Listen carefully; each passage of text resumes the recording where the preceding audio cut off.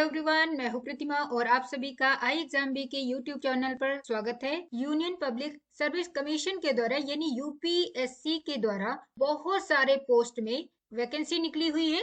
ये पोस्ट होंगे जैसे deputy commissioner, assistant director, rubber production commissioner, scientist के भी इसमें पद हैं, फिशरीज रिसर्च इन्वेस्टिगेशन ऑफिसर जैसे पद भी हैं इसमें, और असिस्टेंट इंजीनियर जैसे भी इसमें पद है। साथ में यहाँ पर अगर आप अनुवादक परीक्षाओं की तैयारी कर रहे हैं, जो अनुवादक के लिए जो परीक्षाएं होती हैं, ट्रांसलेटर के लिए होती हैं, अगर उसकी आप तैयारी कर रहे हैं तो आपके लिए बहुत ही खुशखबरी की बात है। यूपीएससी के द्वारा जूनियर ट्रांसलेशन ऑफिसर के पद निकले हुए हैं। इसमें बहुत सारे पद हैं। कितने पद हैं, क्या क्वालिफिकेशन होगी इसकी, और किस मंत्रालय के अंतर्गत ये पोस्ट होंगी, इन सारी चीजों के बारे में हम देखते हैं। अगर हम वैकेंसी की बात करें कि इसका वैकेंसी नंबर क्या है, तो आप इसको देख सकते हैं। पद जो है उस पद का नाम है जूनियर ट्रांसलेशन ऑफिसर। ये जो जूनियर ट्रांसलेशन ऑफिसर है ये एम्प्लॉयज स्टेट इंश्योरेंस कारपोरेशन के अंतर्गत काम करेंगे, जो कि श्रम और रोजगार मंत्रालय के अधीन है। जूनियर ट्रांसलेशन ऑफिसर की जो कुल रिक्तियां हैं, कितनी वैकेंसीज हैं, तो वो है 76 यानी 76 है।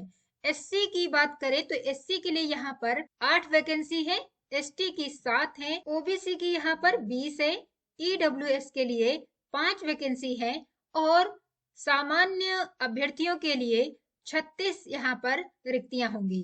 पीडब्ल्यूबीडी के जो पोस्ट है वो 3 है यहाँ पर रिजर्व। तो इस प्रकार से यहाँ पर कुल रिक्तियां 76 हैं, जो कि एक अच्छा नंबर है, क्योंकि अनुवादक के लिए या फिर आपके राजभाषा अधिकारी जैसे पोस्ट के लिए बहुत कम वैकेंसी आती है। तो यहाँ पर 76 जो वैकेंसी है वो अच्छी है, और सबसे अच्छी बात है कि ये यूपीएससी के द्वारा निकाली गई है। यूपीएससी आप जानते हैं कि एक सर्वोच्च संस्था है, जिसके अंतर्गत आईएएस पीसीएस जैसे एग्जाम्स भी करवाए जाते हैं। तो ये अपने आप में एक बहुत ही अच्छी वैकेंसी होगी। यहाँ पर हम अगर एज की बात करें, कितनी आयु तक के अभ्यर्थी यहाँ पर अप्लाई कर सकते हैं, तो इसकी एज लिमिट जो है वो है 30 वर्ष। सबसे इम्पोर्टेंट बात होती है कि यहाँ पर एजुकेशनल क्वालिफिकेशन क्या मांगा गया है। तो जो एसेंशियल क्वालिफिकेशन एजुकेशनल है, तो ये योग्यता जो है वो एसएससी जीएसटी में जिस प्रकार से शैक्षिक योग्यता मांगी जाती है, बिल्कुल उसी तरीके से यहाँ पर भी है, कोई चेंज नहीं है। तो अगर आप एसएससी जीएसटी के लिए एलिजिबल हैं तो बिल्कुल यहाँ पर आप अप्लाई कर सकते हैं जूनियर ट्रांसलेशन ऑफिसर के लिए। तो इसकी क्वालिफिकेशन जो है, तो सबसे पहले याद रखिए कि यहाँ पर पीजी होना जरूरी है, यानी पोस्ट ग्रेजुएट होना जरूरी है। वो पोस्ट ग्रेजुएशन किस सब्जेक्ट में हो, तो यदि आपने हिंदी से पीजी किया हुआ है और साथ में इंग्लिश ग्रेजुएशन लेवल पर एक वैकल्पिक विषय या फिर एक अनिवार्य विषय के रूप में रहा हो, तो आप इसके लिए अप्लाई कर रहे हैं। अगर विषय के रूप में नहीं रहा है इंग्लिश, तो ग्रेजुएशन में अगर आपका माध्यम इंग्लिश रहा है, यानी इंग्लिश मीडियम से आपने ग्रेजुएशन किया है और पीजी हिंदी सब्जेक्ट से है, तो आप अप्लाई कर सकते। यदि हिंदी से आपने पीजी नहीं किया है तो इंग्लिश में अगर किया है आपने पीजी, तो भी अप्लाई कर सकते हैं। लेकिन इसका उल्टा हो जाएगा कि ग्रेजुएशन में हिंदी एक कंपलसरी या फिर वैकल्पिक विषय के रूप में रहा हो, और यदि विषय के रूप में नहीं रहा है तो आपका मीडियम जो है वो हिंदी रहा हो ग्रेजुएशन में, तो भी अप्लाई कर सकते हैं। अब मान लीजिए आपके पास जो पीजी है उसमें आपका सब्जेक्ट ना तो हिंदी है और ना ही आपने इंग्लिश से किया है, तो इसके लिए यहाँ पर बताया गया है हिंदी माध्यम के साथ में और इंग्लिश जो रहा हो वो कंपलसरी या वैकल्पिक विषय के रूप में रहा हो, या फिर उसका मीडियम रहा हो एग्जामिनेशन का, तो भी आप अप्लाई कर सकते हैं। यहाँ पर मास्टर डिग्री, यहाँ पर इसके साथ में और कंडीशन दी गई है कि यहाँ पर अगर आपने किसी भी सब्जेक्ट में पीजी किया हुआ है हिंदी और इंग्लिश के अलावा, तो ग्रेजुएशन लेवल पर आपका इंग्लिश मीडियम रहा हो और हिंदी एज अ कंपलसरी या फिर आपका वैकल्पिक विषय के रूप में रहा हो या फिर मीडियम रहा हो हिंदी से, तो भी आप अप्लाई कर सकते हैं। इसके साथ साथ में अगर किसी भी विषय के साथ में आपने पीजी किया है हिंदी और इंग्लिश को छोड़कर, तो और हिंदी और इंग्लिश ग्रेजुएशन लेवल पर आपके कंपलसरी या इलेक्टिव सब्जेक्ट के रूप में रहा हो, और साथ में इन दोनों में से किसी एक का जो मीडियम रहा हो, यानी हिंदी मीडियम रहा हो या फिर इंग्लिश रहा हो उस सब्जेक्ट के अलावा, तो भी आप अप्लाई कर सकते हैं। पूरी एलिजिबिलिटी जो है वो आपकी एसएससी जीएसटी की तरीके से ही है कि आपको पीजी होना चाहिए। जो पीजी है वो इंग्लिश से किया हुआ है, तो ग्रेजुएशन में हिंदी होना चाहिए सब्जेक्ट के रूप में आपका, और यदि सब्जेक्ट नहीं रहा है तो उसका मीडियम हिंदी होना चाहिए। इसके अलावा किसी भी सब्जेक्ट में आप पीजी अगर किया है तो भी आप अप्लाई कर सकते हैं, लेकिन उसके साथ साथ में हिंदी और इंग्लिश का कॉम्बिनेशन होना चाहिए।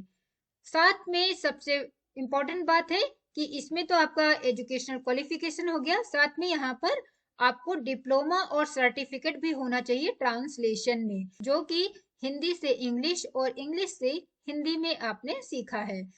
अगर आपके पास ये पीजीडीटी का जो डिप्लोमा है वो नहीं है, लेकिन आपने किसी सेंट्रल गवर्नमेंट या फिर स्टेट गवर्नमेंट के ऑफिस में आपने 2 साल तक ट्रांसलेशन में काम किया है, यानी वहां पर हिंदी से इंग्लिश में और इंग्लिश से हिंदी में अनुवाद करने का कार्य किया है, तो भी आप इस पोस्ट के लिए अप्लाई कर सकते हैं। अगर महत्वपूर्ण तिथियों की बात करें तो इसके जो फॉर्म भरने की शुरुआत की जो तिथि है कि कब से शुरू हो रहे हैं इसके फॉर्म भरना, तो वो है 14 जनवरी से, और इसकी जो लास्ट डेट होगी फॉर्म भरने की या अप्लाई करने की, तो वो होगी 2 फरवरी 2023। इस तरीके से 14 जनवरी से 2 फरवरी तक इसमें अप्लाई कर सकते हैं। आई एग्जाम बी के द्वारा एसएससी जीएसटी का एक नया बैच शुरू होने वाला है, और इसके साथ में जो अनुवाद से संबंधित एग्जाम होते हैं तो उसको भी इसमें साथ में उसकी तैयारी करवाई जाएगी। उसके लिए यहाँ पर एक मेगा पैक के रूप में इसको तैयार किया गया है।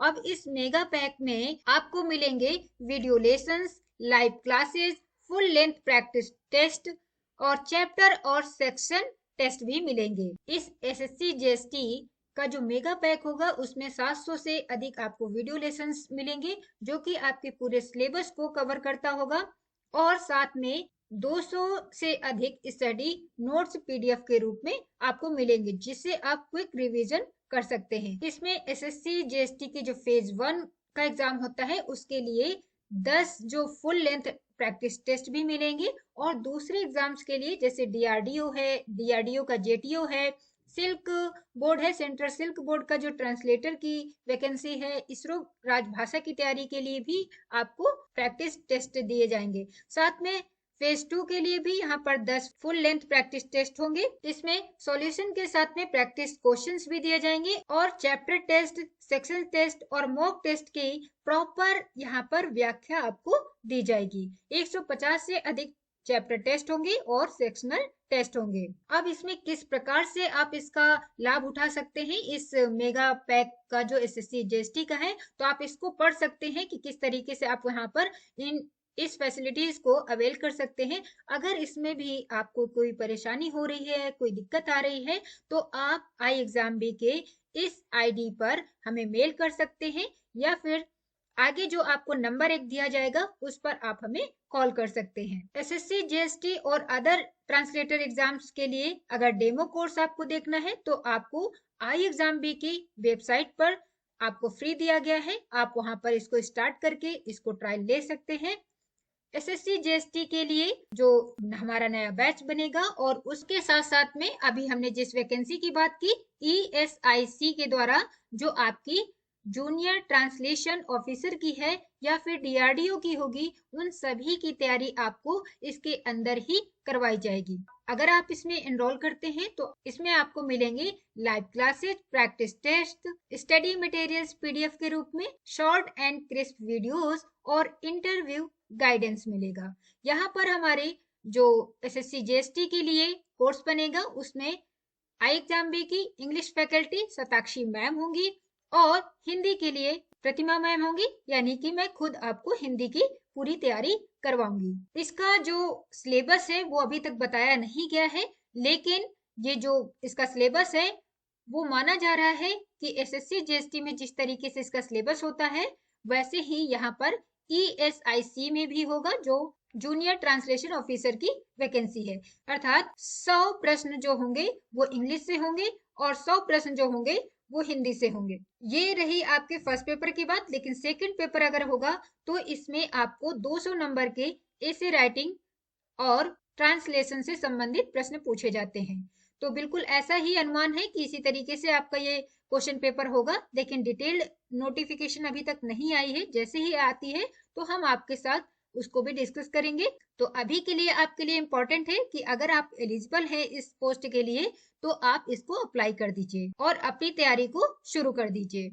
यूपीएससी के द्वारा अभी हमने बात किया कि बहुत सारे पोस्ट हैं इसमें, और हमने इस वीडियो में जूनियर ट्रांसलेशन ऑफिसर के बारे में बात किया है। तो अगर आप किसी और पोस्ट के लिए एलिजिबल हैं तो उसके लिए आपको पीडीएफ दे दी जाएगी इसके डिस्क्रिप्शन बॉक्स में, उसको आप पढ़ लेंगे और एलिजिबल हैं तो आप उसको अप्लाई कर सकते हैं उसके बारे में सारी डिटेल पढ़कर।